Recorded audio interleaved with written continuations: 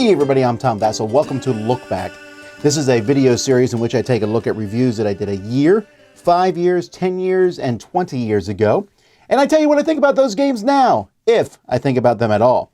So let's take a look. Last year this week, I reviewed Paint the Roses. This is a deduction game using the Queen of Hearts, and you're placing tiles on the board and then putting cubes based on some hidden information. And I like the concept of the game. I love deduction, trying to figure out, everyone's working together. It's a cooperative game, figuring out what tiles go where. The problem, there's a couple problems. I hate the scoring of the game. There's this red queen who moves faster the better you get, so what's the point? And the deduction is a little nebulous, and it just didn't work as well as I wanted it to. It wasn't bad, just I didn't love it. 6 out of 10. Eternal Palace. This is a dice placement game with not great production values, but if you like Kingsburg, and it does have a neat idea of you building this little panorama at the end, which I do enjoy. 7 out of 10. Transmissions, a beautiful little robot game, very simple game where you're moving 4 different robots around the board, and depending on where they move, you get to take actions, and each robot gets better for you. Some cool concepts. 7 out of 10. Startropolis. This is a game where you're building a 3-dimensional spaceship, and I'm actually talking about the second edition of this, but I like the idea of picking it up, moving around, putting stuff in place. A really cool idea. 7 out of 10. Space Station Phoenix. This game looks like a mess. It really does. However, despite the fact that it looks like a mess, it's a pretty solid game with a lot of cool upgrading, a lot of neat ideas about building your own space station. 8 out of 10. And Carnegie, or Carnegie, depending on how you say it. I know every time I say this, someone's like, this is the way you say it, but it's said differently in different parts of the world. Anyway, it doesn't matter. It's a good, solid Euro-style game. A lot of people consider it the best game of last year. I don't know that I would go that high, but I really did enjoy the thought patterns it gave me. 8 out of 10. 5 years ago, I took a look at Werebeasts. This is from Bezier Games, another werewolf game, and just collecting sets, and it's really terrible. 4 out of 10. Senshi. So this one, I ranked a 6, but I think I'm dropping this to a 5 because it's a game from Arcade Wonders. It's it looks like it's a sequel to Onitama, and it's putting discs out. And I watched my review of it because I could not remember the game at all. I don't usually forget games this thoroughly, but I really did. Divinity Derby. This one is a racing game in which there's a bunch of mythological creatures racing. You're kind of betting on who's going to win. 7 out of 10. Pyramid of the Penguin. I'm not ranking it based on its name, in which case it would get a 0. But this is a game that's a 1 versus all. It's a remake of an older game about a mummy. But one person is moving a magnetic piece and other people are putting their stuff on a board, trying not to get caught. Everyone's sitting on one side of the table except one person. Very fun for kids. 7 out of 10. Gizmos. 5 years ago now, Gizmos, this combo building game with marbles, and I know a lot of people like the idea of the marbles in this game, but it's not so much about the marbles, it's about the building a combo machine in front of you, which is fun. 8 out of 10.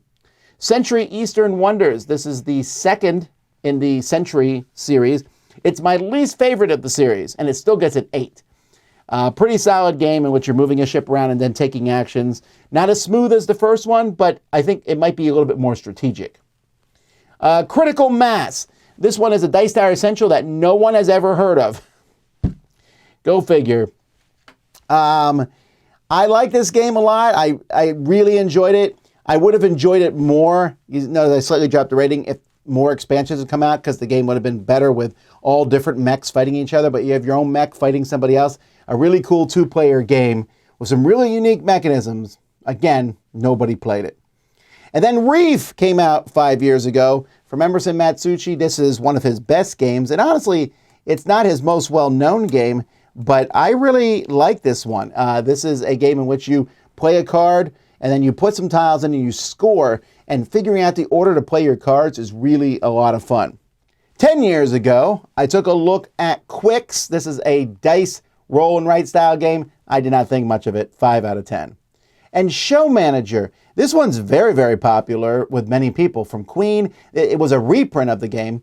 Dirk Kent, I like him and stuff, but this one just fell really flat for me as you put on Broadway shows, which is a theme I like a lot. 5 out of 10. Morels. This is the original mushroom game. I was just reading an article today about how many mushroom games are coming out at these points. It's a cool theme. This one I'm definitely on the lower side. I gave it a 6. I thought it was okay. This 2-player back and forth game, but a lot of people love this one, so probably listen to them. Rumble in a dungeon. Putting out different people in a dungeon, and then they fight each other, and you hope yours survive at the end. Very simple game. 6.5.